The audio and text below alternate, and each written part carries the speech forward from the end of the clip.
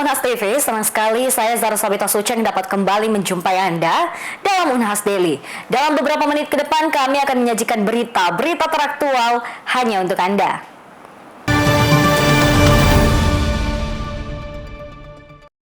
Pemirsa, kedaulatan pangan nasional perlu didorong melalui inovasi dan pemanfaatan teknologi modern.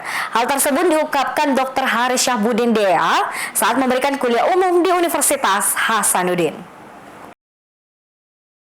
Universitas Hasanuddin menggelar kuliah umum di Aula Prof. A. Amiruddin, Fakultas Kedokteran Universitas Hasanuddin, Rabu 26 November 2025. Sebagai pembicara dalam kuliah umum itu, Dr. Haris Syahbudin DEA, Kepala Pusat Perakitan dan Modernisasi Pertanian Tanaman Pangan. Ratusan mahasiswa peserta PIMNAS dari berbagai kampus dan jurusan hadir mengikuti kuliah umum tersebut. Di kesempatan itu, Haris menyampaikan jika Indonesia memiliki potensi lumbung pangan strategis seperti lahan rawa dan iklim tropis yang sangat mendukung. Namun, masih dihadapkan pada tantangan perubahan iklim, gejolak harga global, aspek distribusi, serta alih fungsi lahan. Menurutnya, transformasi pertanian harus didorong melalui modernisasi, mulai dari varietas unggul, mekanisasi, Internet of Things atau IoT, hingga pemanfaatan artificial intelligence. Sekarang sudah banyak teknologi modern yang coba dikembangkan oleh pemerintah, yang diakses oleh Kementerian Pertanian untuk membantu kawan-kawan generasi muda bertani dengan cara yang jauh lebih menarik, dengan cara yang jauh lebih modern dan efektif serta efisien. Haris menambahkan, program prioritas Kementerian Pertanian mulai dari redistribusi alat dan mesin pertanian, penguatan akses dan tata kelola pupuk bersubsidi, peningkatan sistem irigasi, hingga hilirisasi komoditas pertanian. Ia pun menegaskan peran generasi muda dalam mengintegrasikan teknologi dan gagasan baru ke dalam sektor pertanian, serta menyambut pelaksanaan PIMNAS ke-38, di mana karya ilmiah mahasiswa diharapkan dapat dikembangkan hingga ke jenjang pendidikan selanjutnya. Haris berharap kuliah umum ini dapat mendorong mahasiswa untuk terlibat aktif dalam pemberdayaan pangan serta memandang sektor pertanian sebagai ruang inovasi strategis bagi masa depan Indonesia. Feni Septiani Samuel, Unhas TV. Pemirsa, pentingnya meningkatkan imunitas untuk daya tahan tubuh melalui peran vitamin C menjadi salah satu tujuan main event Alsa Care 2025. Mereka memberikan penyuluhan kepada warga Buloa Makassar untuk meningkatkan pemahaman terkait pencegahan penyakit. Dalam main event Alsa Care 2025, salah satu kegiatan bakti sosial mereka adalah penyuluhan kesehatan. Kegiatan tersebut melibatkan para dokter dari Gunung Sari Medical Center. Kepada warga Buloa, Kecamatan Talo, Kota Makassar, dijelaskan pentingnya menjaga imunitas melalui pola hidup sehat dan asupan gizi seimbang. Menurut Dr. Nurnaini Mkes, sistem imun memiliki 3 lapis pertahanan, mulai dari perlindungan fisik, respon sel darah putih, hingga pembentukan antibodi. Dan vitamin C memiliki peran penting dalam pembentukan sel imun, serta sumber alami yang mudah didapatkan masyarakat. Vitamin C sangat penting untuk meningkatkan imunitas tubuh dan pencegahan penyakit. Imunitas tubuh adalah mekanisme pertahanan dari mikroorganisme seperti bakteri, jamur, dan virus maupun parasit yang akan memungkinkan manusia makhluk hidup terkena sakit. Jadi sistem imunitas itu merupakan mekanisme bagaimana tubuh manusia bisa sehat dan mencegah penyakit.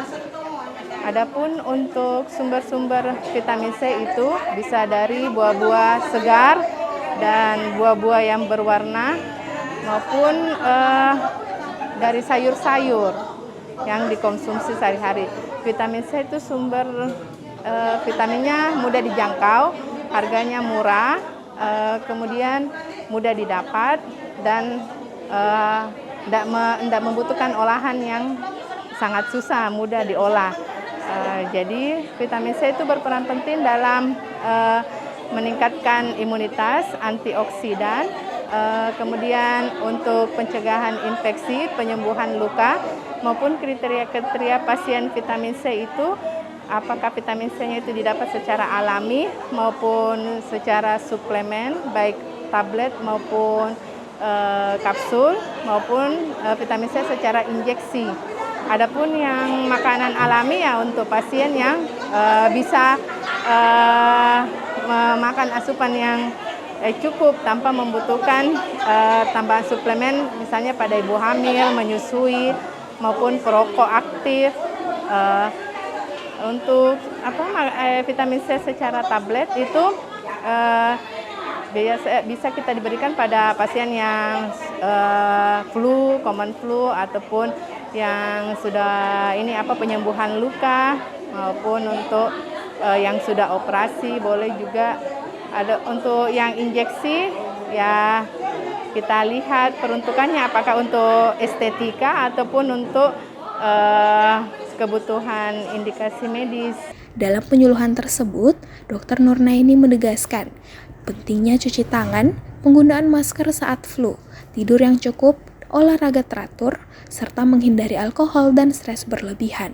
Dr. Nurnaini berharap penyuluhan kesehatan tersebut dapat meningkatkan pemahaman warga terkait pencegahan penyakit, terutama di wilayah yang memiliki permasalahan lingkungan. Feni Septeni Samuel, Unhas TV.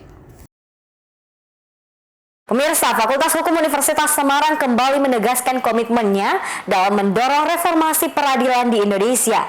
Melalui seminar nasional dan call for papers bertema reformasi peradilan, mewujudkan hakim yang profesional dan berintegritas.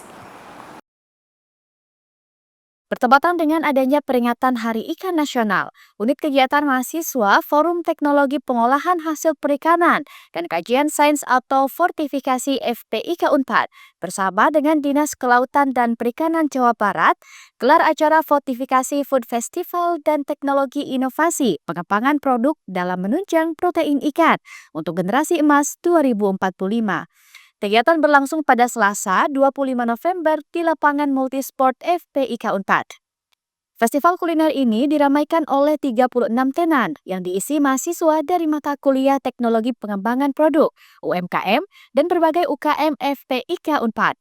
Kolaborasi ini memberikan ruang kreativitas bagi mahasiswa dan kesempatan dalam memperluas pasar untuk UMKM.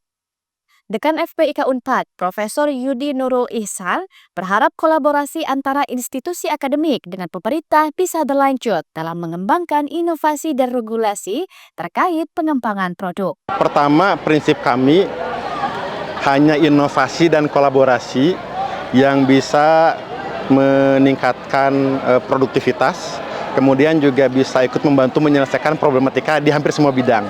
Nah, sehingga kita mendorong terus agar Fakultas Perikanan dan Kelautan itu senantiasa di samping meningkatkan inovasi, itu berkolaborasi dengan berbagai pihak sebetulnya. Nah, kebetulan karena di pemerintahan ada Dinas Kelautan dan Perikanan, tentu itu menjadi bagian yang tidak terpisahkan antara kami dari sisi akademisi dan Dinas Kelautan dan Perikanan dari aspek regulasi. Mudah-mudahan ke depan itu akan semakin beriringan dan semakin kuat kerjasamanya. Nah, akademisi, regulasi itu saling mendukung ke depan. Sekretaris Dinas Kelautan dan Perikanan Irfan Hadi Siswanto meminta FPIK Unpad untuk terus mengadakan food festival ini. Menurutnya, konsistensi dalam pelaksanaan acara akan mendorong mahasiswa dalam menemukan pasar produk mereka. Jadi harapan saya ini harus kontinu. Ya, tadi saya di panggung sebutkan bahwa salah satu kunci berdagang adalah konsistensi. Ya, bagaimana harus konsisten. Jadi kalau kita memang sudah menyatakan setiap minggu atau setiap bulan itu tetap dilaksanakan. Apapun resikonya nggak laku atau tidak datang. Karena dengan konsistensi itu kemudian pasar akan mengingat bahwa setiap hari ini, bulan ini FPIK ada bazar yang menampilkan produk-produk yang bagus. Selain kuliner inovasi mahasiswa, acara juga dimeriahkan oleh penampilan seni dari mahasiswa dan talk show seputar pengembangan hasil perikanan. Dari Jatinangor, Sumedang, Tim Liputan Divya Unpad TV melaporkan untuk Unhas TV.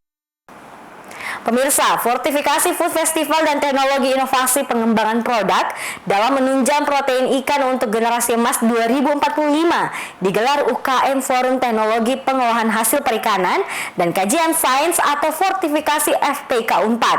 Sebanyak 36 tenan meramaikan food festival tersebut.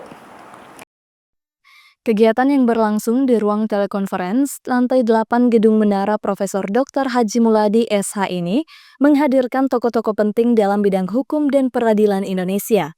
Hadir sebagai narasumber mantan Ketua Komisi Yudisial RI, Dr. Suparman Marzuki, mantan Ketua Mahkamah Konstitusi Dr. Hamdan Zulfa, Wakil Ketua Bidang Akademik STHI Jentera Dr. Dian Rositawati, serta dosen pasca sarjana USM Dr. Muhammad Junaidi SHIMH.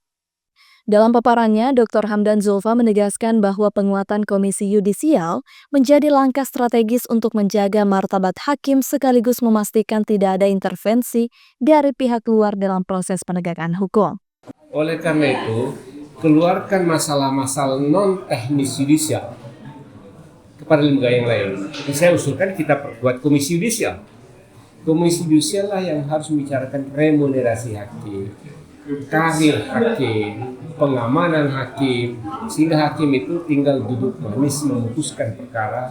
Jadi pada intinya untuk menjaga integritas hakim dan perbaikan hakim Indonesia, negara harus memikirkan dengan serius ada lembaga yang memikirkan tentang lembaga peradilan hakim ini, yaitu diberikan kepada Komisi Yudisial. Dr. Dian Rositawati juga menekankan perlunya pembaruan undang-undang jabatan hakim yang dinilai sudah tidak sesuai dengan kebutuhan modern. Menurutnya, dukungan politik dan advokasi publik menjadi kunci agar pembaruan legislasi dapat segera terrealisasi. Ke depan, melalui legislasi yang baru ini nanti akan ada perubahan di lembaga peradilan, tapi tentu saja yang perlu menjadi catatan adalah dimensi politik yang besar ya, karena ini proses legislasi dan harapan kita semua tentu kalau dengan adanya draft yang berkualitas kita bisa punya bahan untuk melakukan advokasi secara lebih baik kepada pembuat kebijakan baik di DPR maupun di pemerintah.